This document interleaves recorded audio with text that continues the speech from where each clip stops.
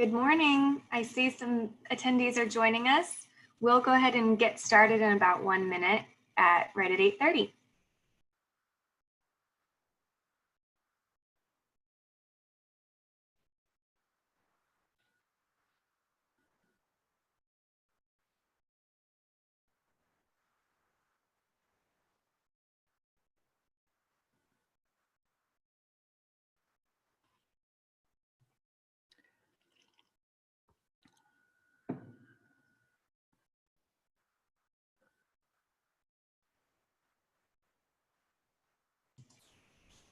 Okay, we're going to go ahead and get started, even though I know people are just signing in now. Good morning. My name is Lauren Pearcy. I'm with the Tennessee Council on Developmental Disabilities, and I'm here with my colleague, Loria Hubbard. Loria, I'll let you introduce yourself. Hi, I'm Loria Hubbard. I'm the Interim Executive Director with the ARC Tennessee, and I'm also the parent of 2 adults who have developmental disabilities. Thanks, Loria.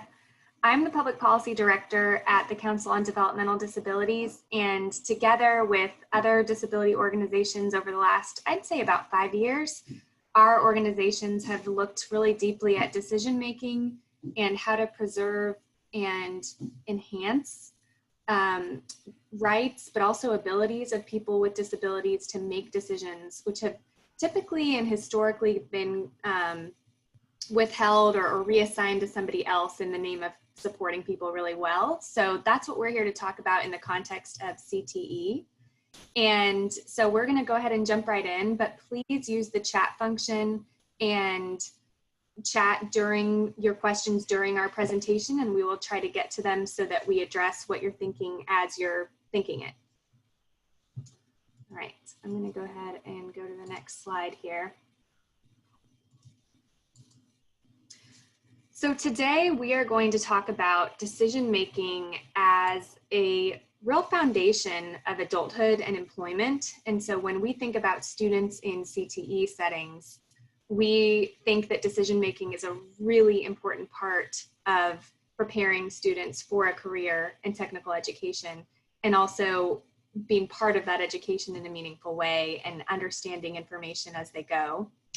And we're going to talk about why this is unique for students with disabilities, why students with disabilities aren't always prepared the same way others are from a young age for decision making.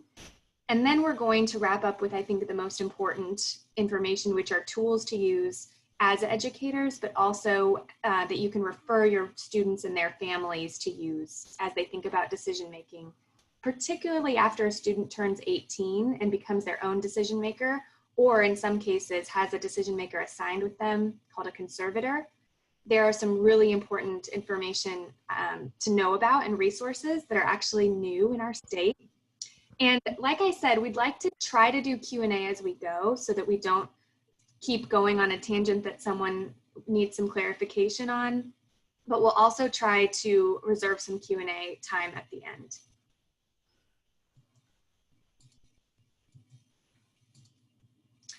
So we think of decision-making as a prerequisite for adulthood and post-secondary success, including employment.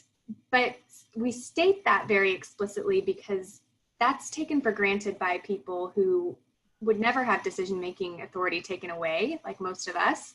But for people with disabilities, decision-making can be taken away and given to someone else through a conservatorship or through informal means like someone speaking for you, even with the best intentions, and then you never really learn how to make decisions.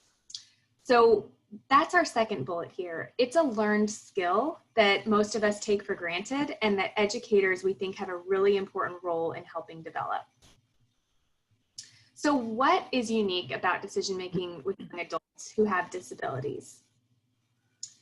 We know from research, and these are cited at the bottom of our slides, that people with disabilities are often taught to behave and obey first and foremost.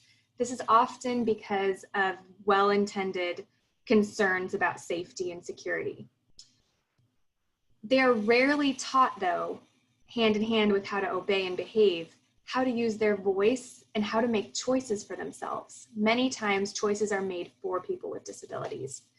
and they are rarely explicitly taught their human and civil rights.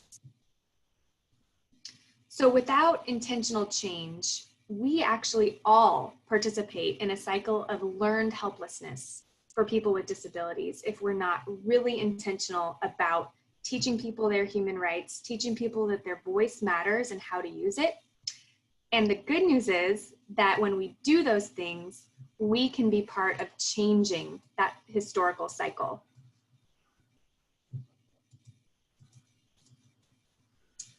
So we want to impart today that decision-making is a skill to be developed and nourished. It's not something inherent that we all become born with knowing how to do, but most of us have that developed and nurtured from a very young age.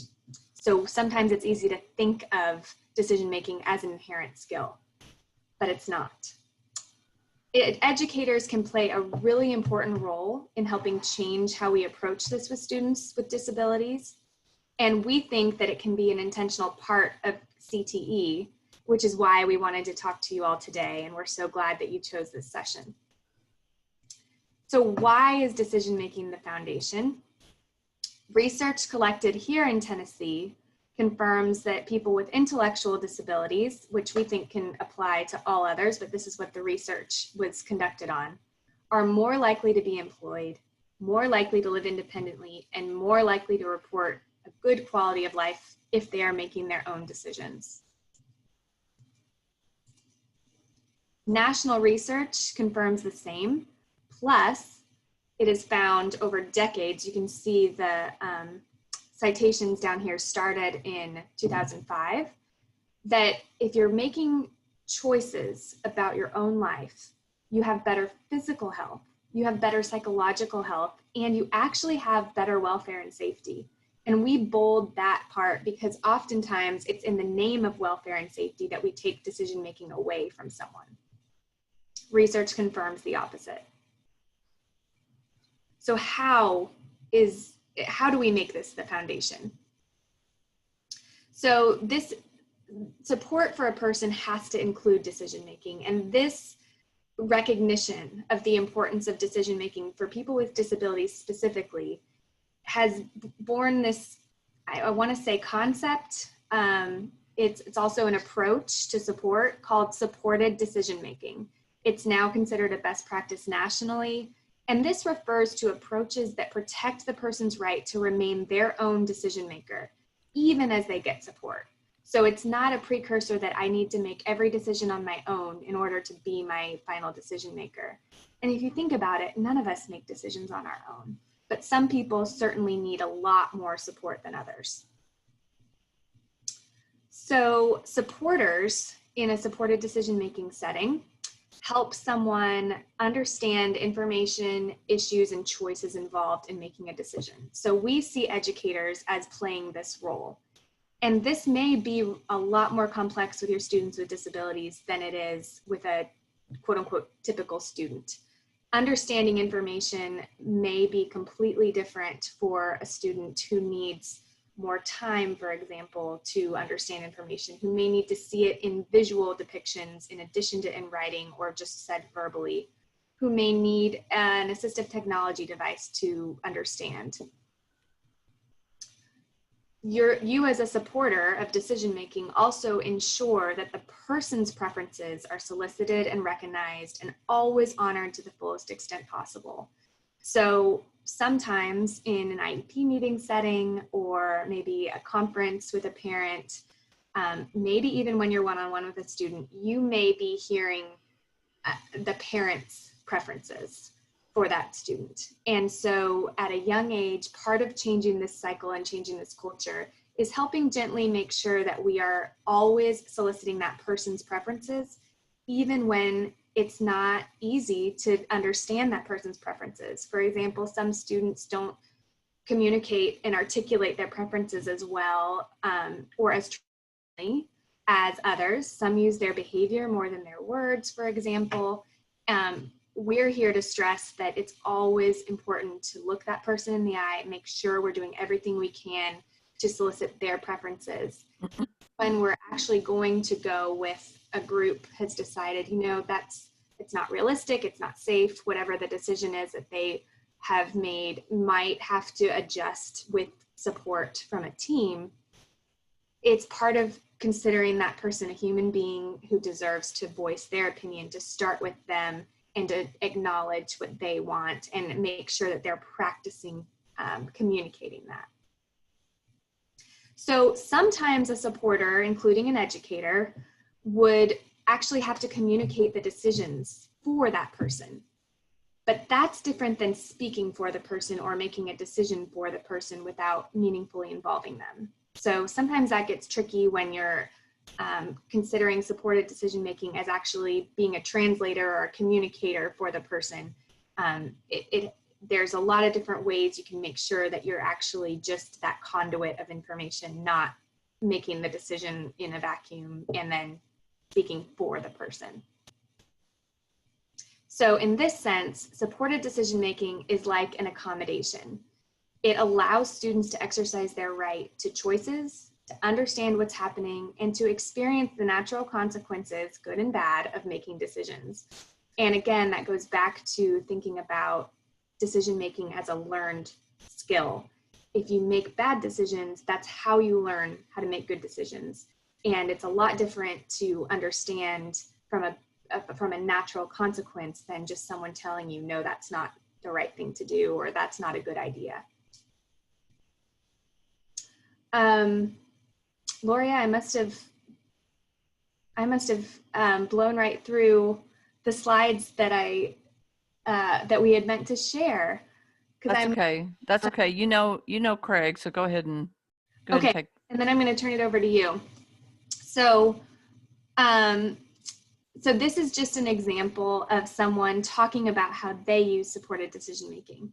So what is most important to me is not to be told what to do, but to give me choices and help me make decisions that I can make on my own when people I trust help me to understand.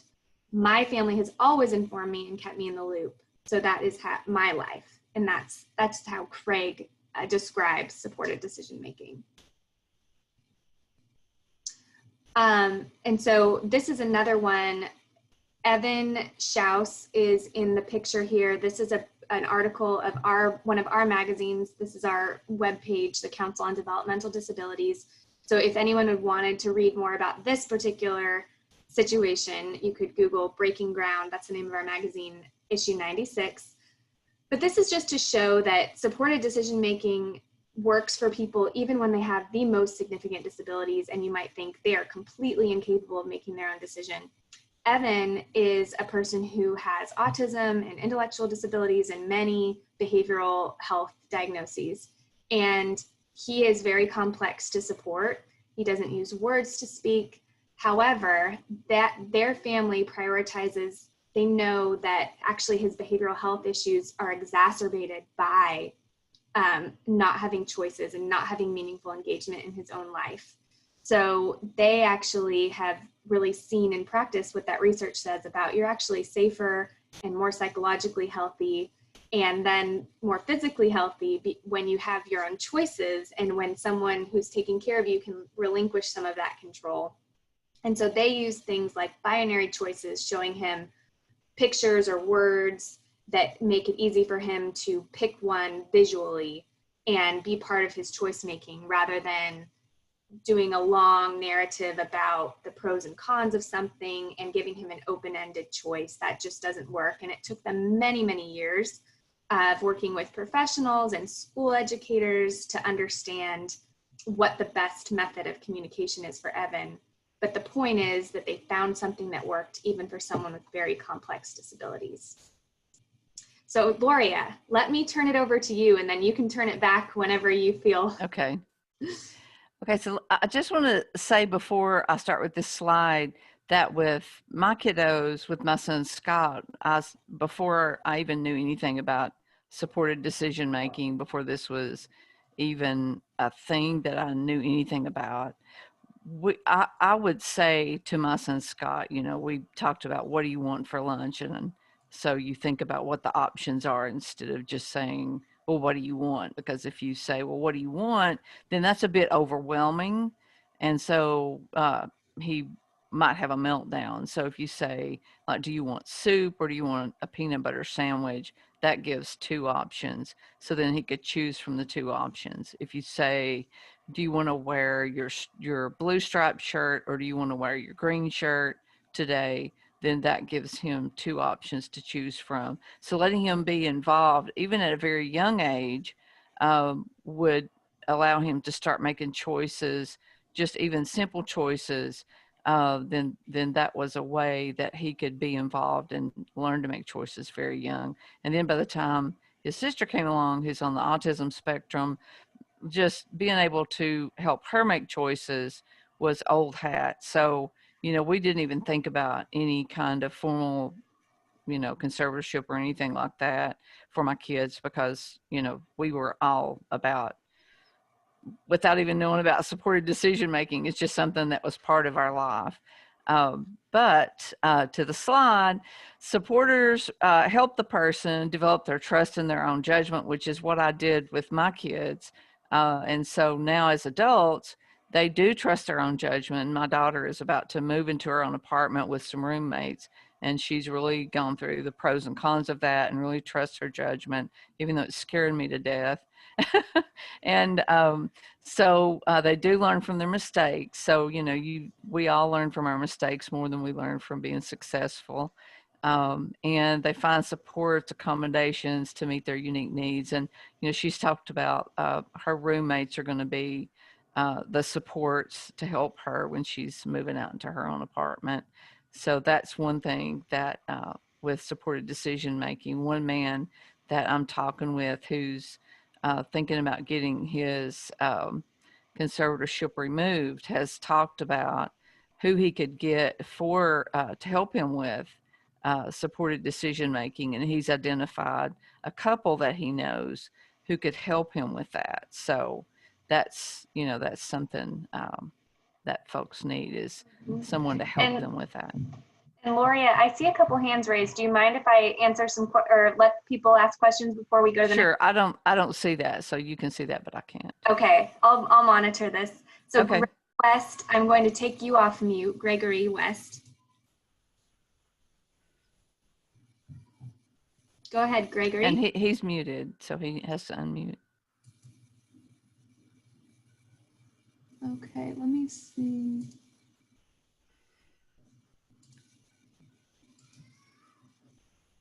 No. I'm so sorry, Gregory. I'm clicking. Gregory, I think you have to unmute yourself. Oh.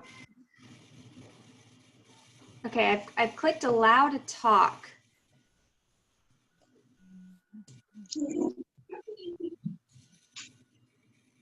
There you go.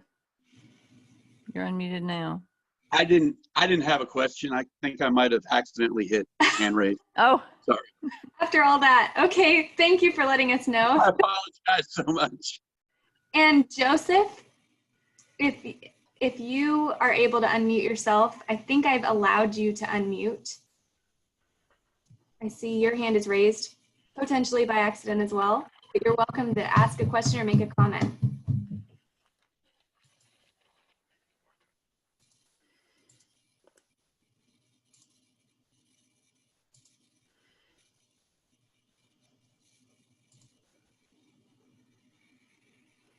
All right, it might be my error, but I cannot seem to do anything except allow you to talk, and I can see you're still muted. So Joseph, I'm sorry if you have a comment that we're not able to address right now. But if you want to take yourself off mute, I think you're allowed to now, and we'll go on until then. okay. So with supported decision making, we focus more on what people's strengths are. So with my children, there's always the presumption that they can make a choice, that they can make a decision if they have the supports they need, and that they deserve to believe in their dreams. My daughter deserves to move out into her own apartment, even though it scares me. and they should, we have to believe that their voice matters. So, when they make their decision, even if my son were to decide that he wanted to wear that blue and red striped shirt again, uh, you know, 3 times in the same week, which he frequently did. He loved that shirt. That matters, and that's what he wanted. So I had to be sure that shirt was always washed. So that, their voice matters, and we have to respect that.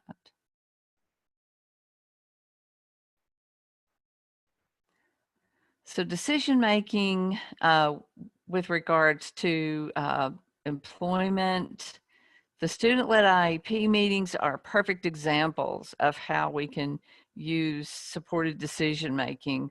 A student making decisions with support from professionals and trusted advisors. We've supported students as they've learned to lead their own IEP meetings. And I've seen students who, even their parents would say they did not believe that they could lead their own meetings, really become leaders in this situation and create their own agenda, review their IEP meetings, create their agendas, and really even go on to speak at conferences about how much they enjoyed leading their meetings and really learn to make decisions about what they wanted to do in the next year. And it's pretty impressive. Internships, volunteer experiences, and classroom work can also be supported decision making, because students are really learning about what kind of work they enjoy, learning on on the job, learning as they're volunteering. Is this what I want to do? Do I not want to do this kind of work? And then the key is that the student is meaningfully involved. Are they getting to cultivate the type of decision-making supports, the skills that they've learned before they went and did their volunteer experiences or their internships?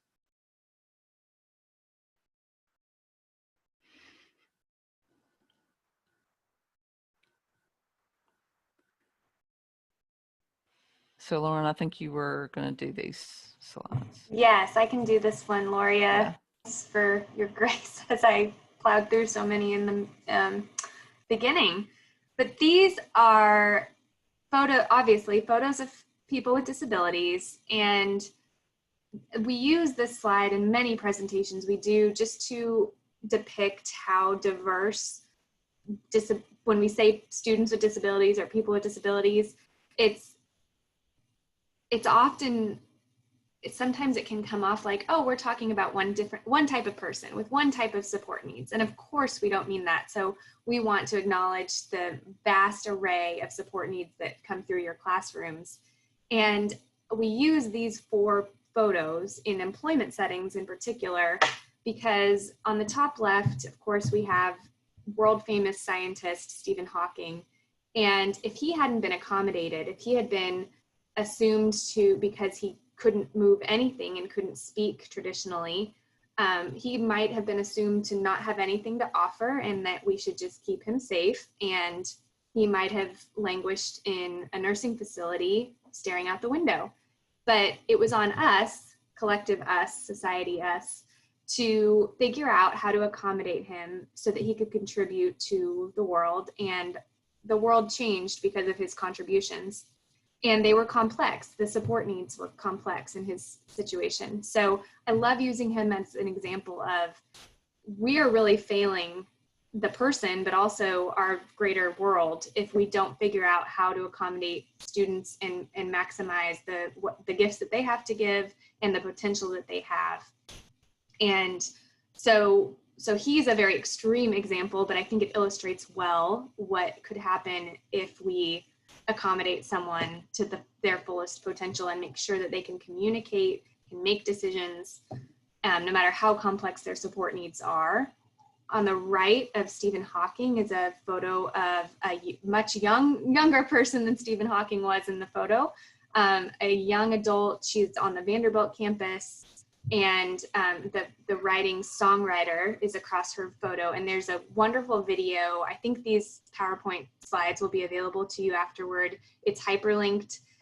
And it's just someone asking her, what do you want to be when you grow up? Just like most young people are asked. And she says, I want to be a songwriter in Nashville. And you can tell that she has an intellectual disability. And so she might not have been asked that question.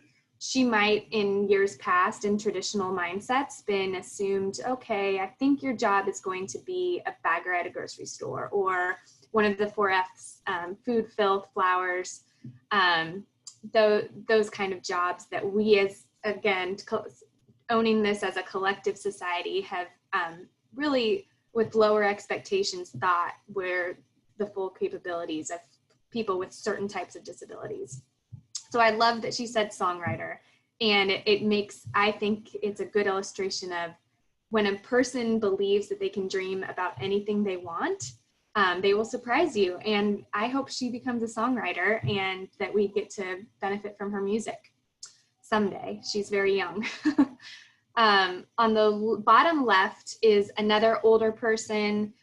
He is very visibly in an AutoZone warehouse, and there's a great video attached to him as well, where he loves cars, he loves everything to do with cars, and with support he was able to go to AutoZone and work at in exactly the field that he wanted.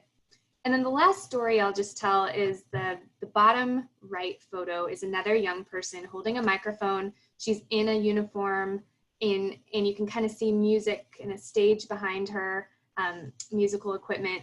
So this is Clancy Hopper. She's one of our council members, and she is a tour guide at the Grand Ole Opry here in Nashville.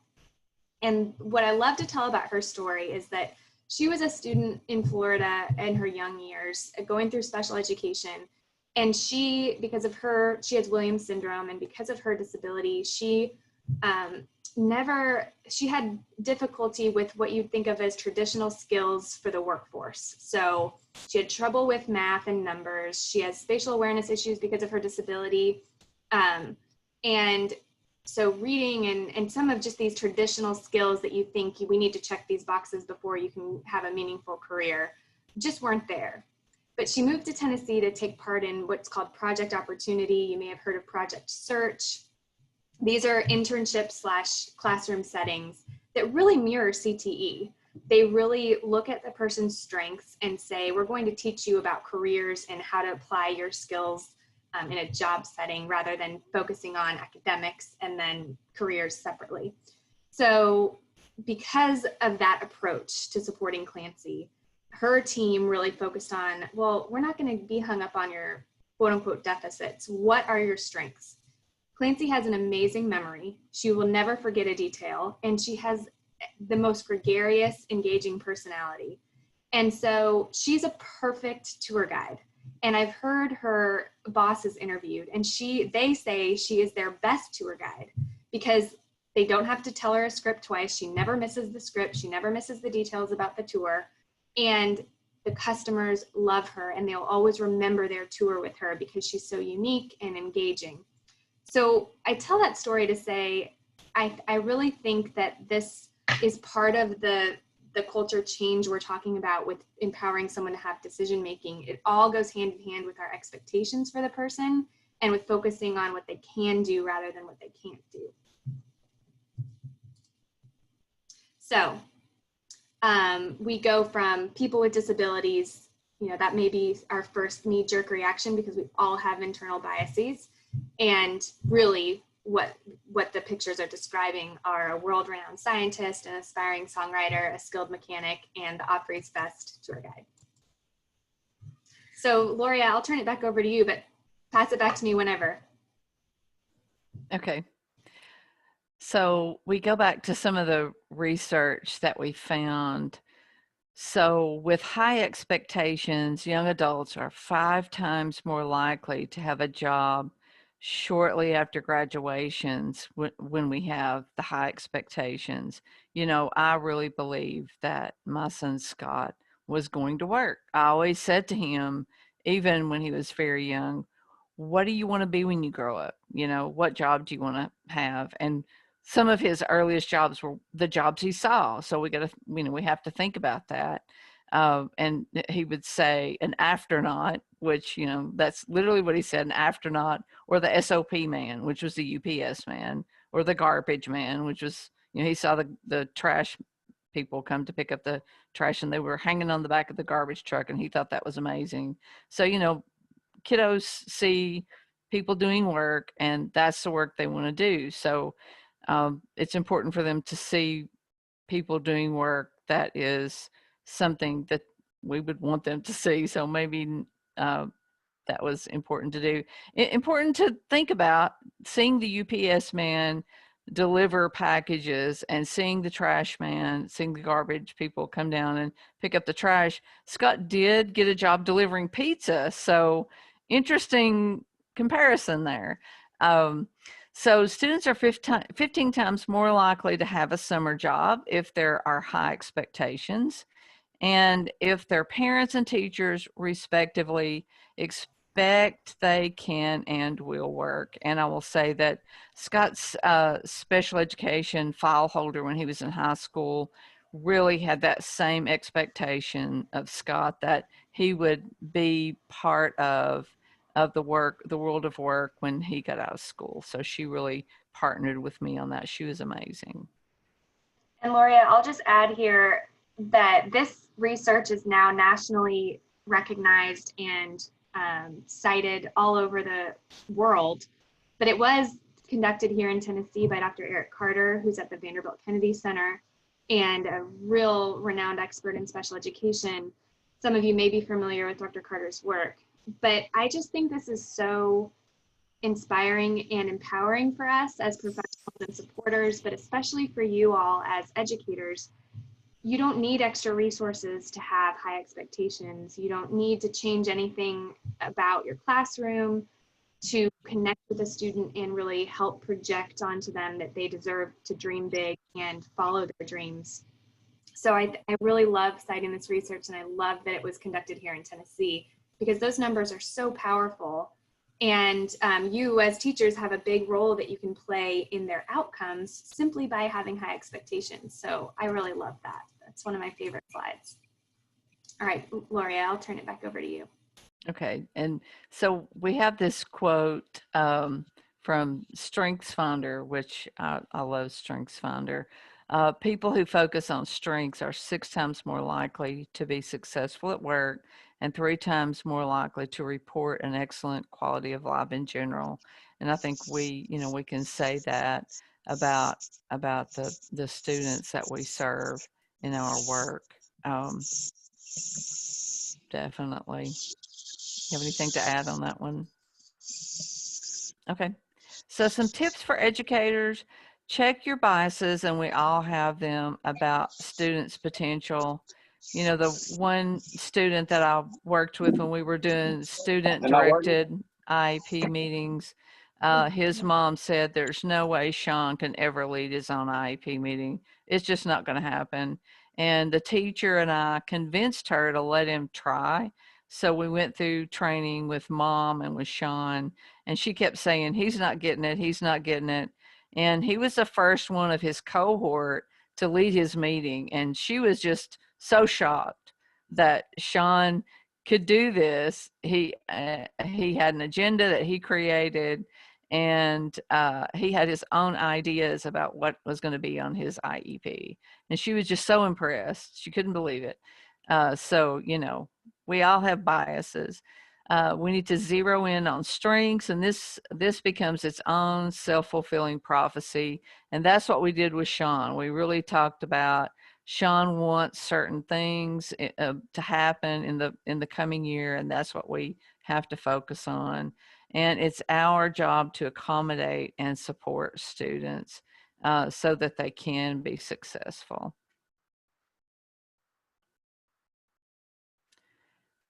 Some more tips: always engage directly with the student, even if they don't communicate traditionally. And I was watching a video the other day of, it was at camp, and this is something, this is not particularly a phrase that I really like, but there's a video on Netflix called Crip Camp. And I encourage you to watch that. It is truly amazing and inspiring. I think it'll make you feel really good about the work you do. But these young adults were at CRIP camp, and it's actually called Gen Ed, Gen Ed Camp, Camp Gen Ed. And they were having a group conversation, and one young lady was really struggling to speak, and she was speaking really slow, and everyone in the group, which it was all young adults with a disability of some kind, and they were all being really patient with her and waiting and listening very carefully for her to speak. And I think sometimes when students do struggle to communicate, it's easy just to say, I don't have time to wait for you. I've got a lot to do. But if we will just take some time to listen and be patient with them, it means so much to them that we've spent that time with them, that it really makes a big difference for that one student. But think creatively about accommodations that can help with understanding information and communicating decisions. Like some examples are some fidgets, giving extra time, giving two choices, like Lauren said, maybe using pictures instead of words with some students. That helps. It's what they need. Just some examples. Yes, and you might be the only, just to tack onto that slide before I come to this one, you as the educator might be the only person in some of your students' lives who take the time to tap into them and give them time to use their voice. And you can really change the trajectory of their life if they start believing that, oh, I can communicate. Someone does care what I think, and I can make decisions about the rest of my life. You're kind of at that juncture, that very important juncture with them in high school. So I love this graphic. And again, we use this in a lot of presentations on a lot of topics, but really I think it's always applicable when we're working with people with disabilities, because there are so many barriers in their lives. And we want us collectively to move from thinking of equality, which is we give everyone the same type of support and expect that they will all have the same outcome, which of course isn't going to work. And then equity, we start moving that support around and we try to get all the right support to the right person. And that's kind of where we are now. And that's a good thing.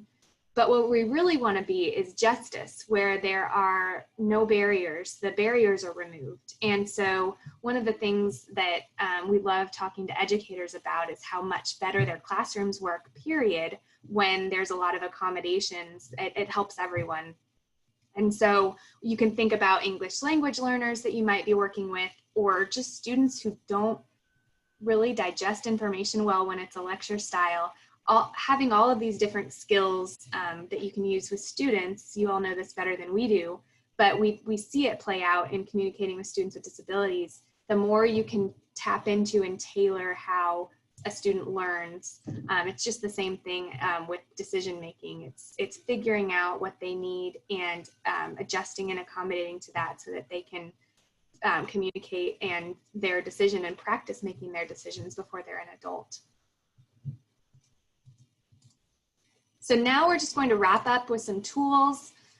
This is available for download. It's linked on this PowerPoint. You can also email us or Google the Life Course Tools Decision Making Support. But this is a wonderful tool you could use with students, or just recommend that families use with students. The student might use it just for themselves. But this kind of takes one through, what decisions do I want to make myself with no support versus decisions I make with support, which again, we all do. That's the middle column. Versus I actually do need someone to make this decision for me. We think that should be a very rare, extreme case. We think that's a bit overused with students with disabilities, but going through a methodical process like this about all the decisions we make that we take for granted. This is actually a several page tool, not too long, but it does take you through decisions that you may not think of.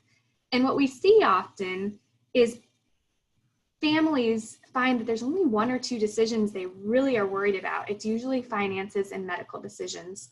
And there are many, many, many, many, many decisions in a person's life or day that they can make themselves or with informal support. So we really like this tool, especially for families whose student is about to turn 18, to really step back and it's very eye-opening usually to think, okay, there are a lot of decisions that my student can make by themselves or want to make by themselves, and everyone should work toward empowering that. So this is a great tool to have in your back pocket if you see a family or a student struggling with that. I love it because you can download several tools and maybe the whole family takes it, and it's interesting to see the differences. For example, the student may have a different set of decisions they think they can make than their parents do. And that's always a really good, healthy conversation to have instead of just deferring to the parents. Also, as students are trying to articulate, what do I want to do with my life if they're in a CTE setting? What do I want to focus on? Who do I see myself as in 5 years when I'm out of school? There are worksheets, again, on this life course tools suite. If you want to Google life course tools, there are a lot of these, but these particular tools are our favorite and linked in this presentation.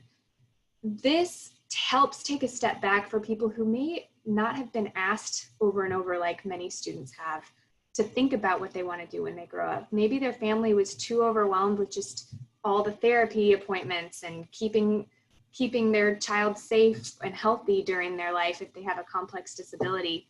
And when they reach your classroom, it's the first time they've ever thought about employment. Or maybe they've had some bad experiences with employment and they're not sure where to go next, or they're pigeonholed into, like Gloria was saying, one vision that isn't necessarily going to be a realistic vision, or a vision that the person needs to be pigeonholed into. We all need to go through this sort of exercise when we're in high school. So this kind of tool helps prompt some of the really helpful questions. What are your past life experiences? What's your vision for a good life? And what can we extrapolate from there once this is filled out about where we can go to career plan with you? And what I really like to point out is this bottom right table that says what I don't want. Because a lot of times we get stuck with, I don't really know what I want, but it's much easier to say what I don't want. And if you'd be surprised, you can just kind of turn the what I don't want into an opposite and kind of flesh out what you do want.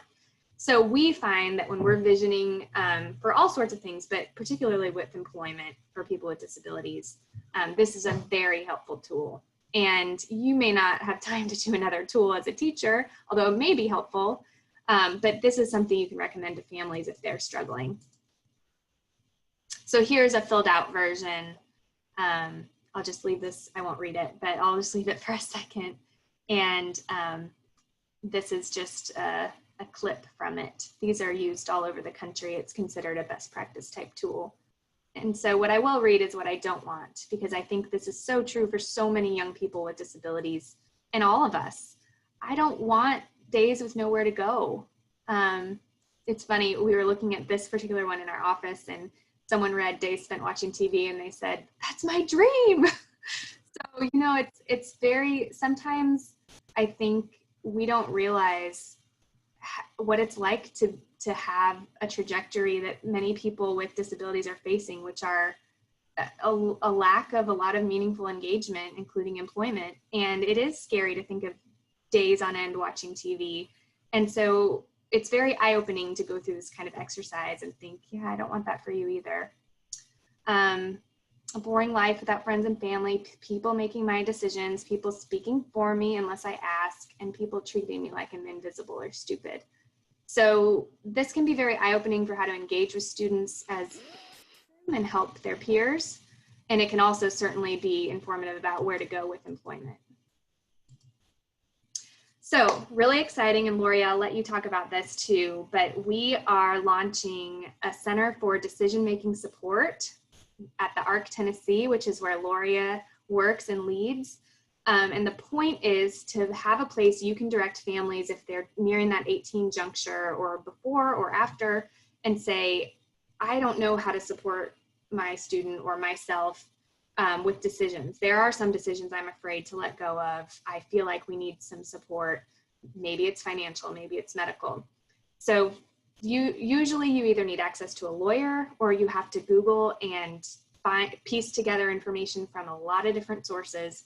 We're putting it all in one place and getting a full-time staff to help families navigate this. So Gloria, I will let you say a little more about that. We're just really excited about getting it kicked off. We have hired our coordinator and we're beginning to collect resources. We're working with Disability Rights Tennessee as the other partner to provide any kind of legal supports that might be needed. But we're going to have testimonials from families or stories from families that might be talking about, what's working for them, whether it's a power of attorney, whether it's a supported decision making, whether it's a conservatorship, not saying, one's better than the other, but just matter of factly, this is the way my family makes decisions. And then there will be a way for families or individuals to get help. So they'll be able to contact us either through phone or through a contact form that they'll be able to complete there. And so we're really excited to launch the website. It's not launched yet, but we're really excited to get that off the ground and to get moving forward.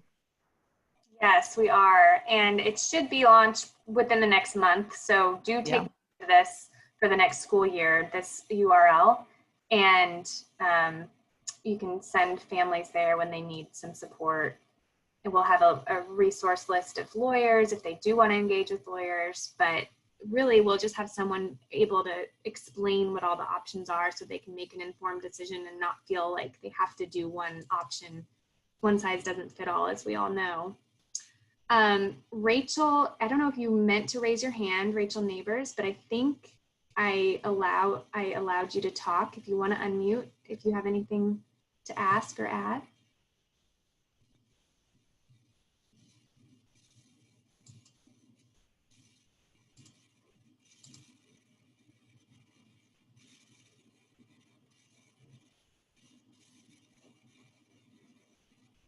Okay. I am going to feel terrible if you're all trying to talk and I'm not successfully unmuting you. But please feel free to contact us if you did have a comment or question, and we would be very happy to engage with you on this topic, to hear about your experiences and we always learn so much from your stories about students, and we can help you with a one-on-one issue. We can help you on a bigger scale with maybe your school. So please keep in touch with us.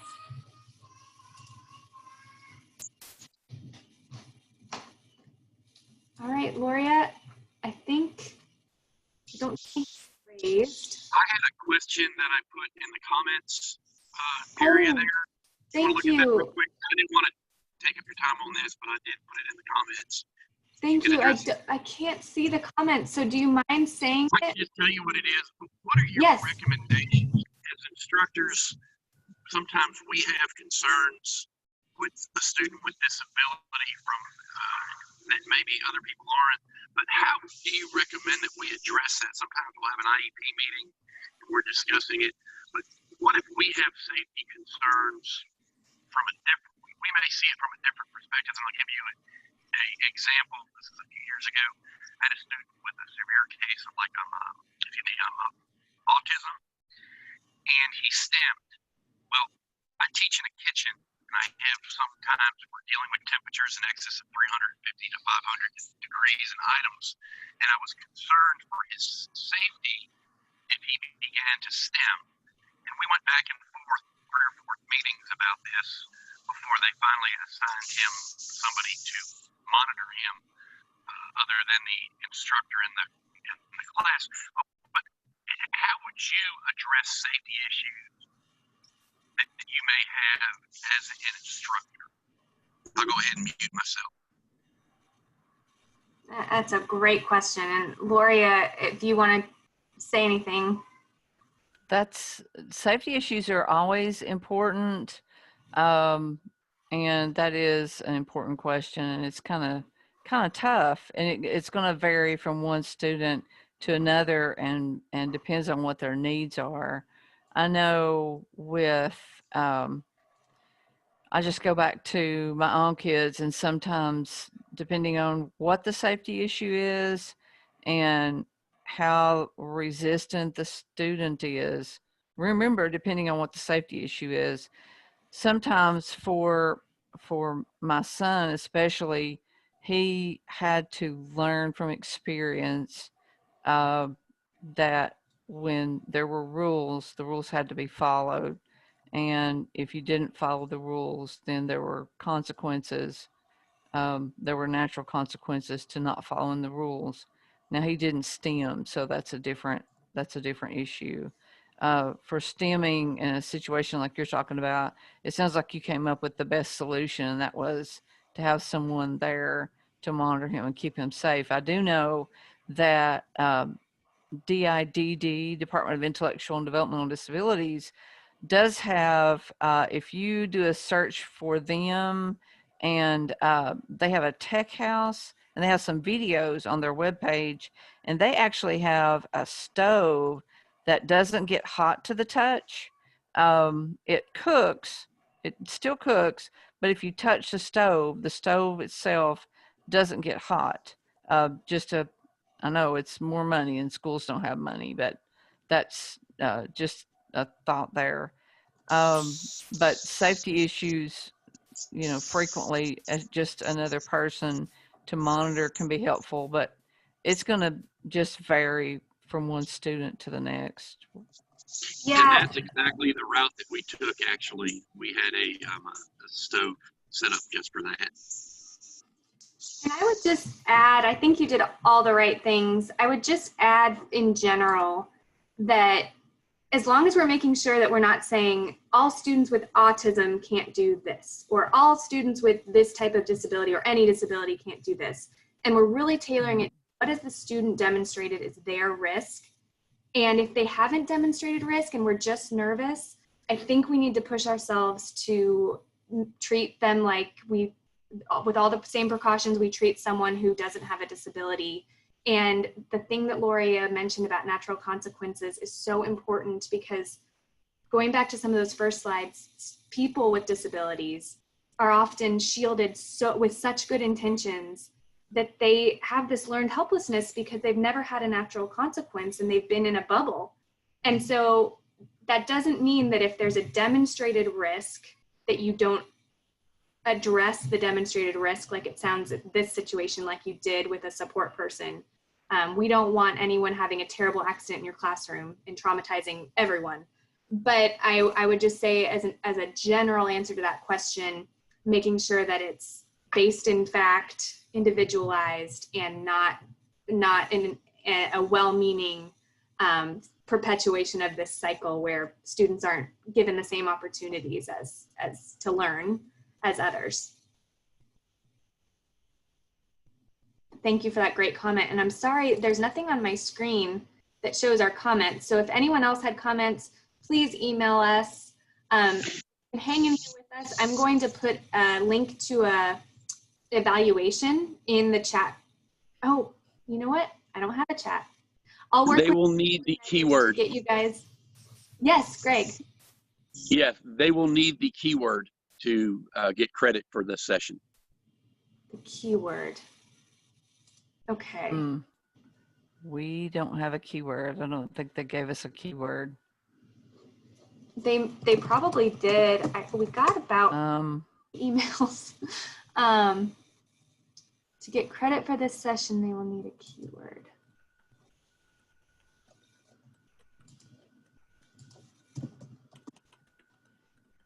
Aha, okay. Session information and keyword.